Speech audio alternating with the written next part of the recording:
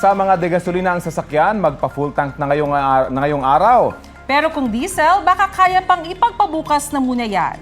Sa anunsyo kasi ng Clean Fuel at Sea Oil, bababa ng 40 centavos ang kada litro ng diesel epektibo bukas. 35 centavos naman ang itatapya sa kerosene ayon sa Sea Oil. Ika-4 na rollback na yan sa diesel at kerosene ngayong taon.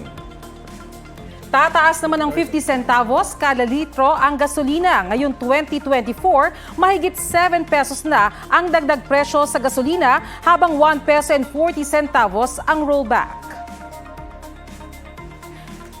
Kapuso, alamin ang maiinit na balita. Bisitahin at mag-subscribe sa GMA Integrated News sa YouTube. Sa mga kapuso abroad, samahan nyo kami sa GMA Pinoy TV at sa www.gmanews.tv.